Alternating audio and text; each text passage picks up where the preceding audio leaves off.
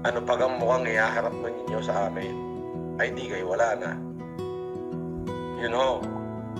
Ngunit, bakit patuloy nila yung ginagawa? Hindi ko ho sila inatasan. Ang pagiging mabuting tao ho ay hindi pinipili. Hindi rin ho dapat mapagtimbabaw. Pero ano nga bang kadahilan ng bakit namin ito pinakikita sa buong mundo? Ay baka sakali ho na marami pang katulad namin ang gumaya sa amin. At kapag kami ho'y ginaya, ay di ika nga there's a better place for you and for me. Ay hindi ho spoon feeding yung ginagawa namin. Ang sabi nila, don't give them a fish, teach them how to fish. Ay paano mo makakapangisda ay kung lapat ang harap at likod?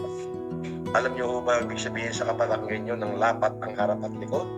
Ang ibig sabihin ho yung tiyan at saka yung likod ay naglapat na dahil sa gutom. Wala akong lakas mangisda yun. Yung katulad yan estudyante, humingi ng iPad ay gagrant ko yan. Yung sinabi lang, teach them how to fish. Yung pinuntahan ho ni Benok sa San Jose del Monte, Bulacan, ang hiningi nun ay puhunan na magtinda ng pananakyo. Binigyan ko ho ng sobra-sobrang puhunan sa pampananakyo at may sobra pa ho yung pang-isang sakong bigas nila at pang-ulam sa araw na yung ulam. So hindi lang ho I teach them how to fish, I also feed them to have strength so they can fish. Yun ho yun.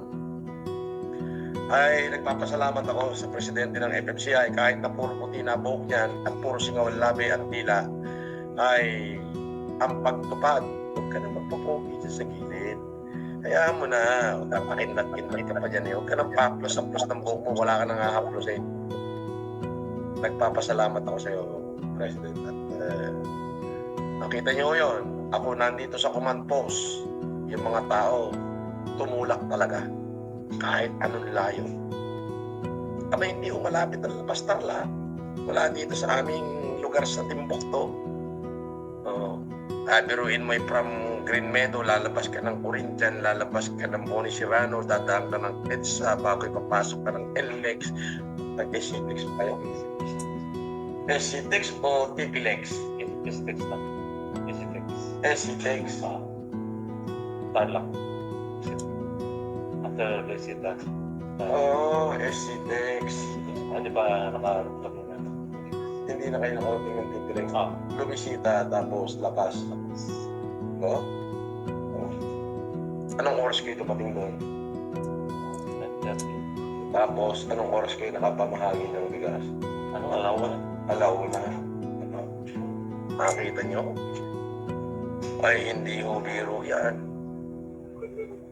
May nag-message dito naman sa aking messenger, si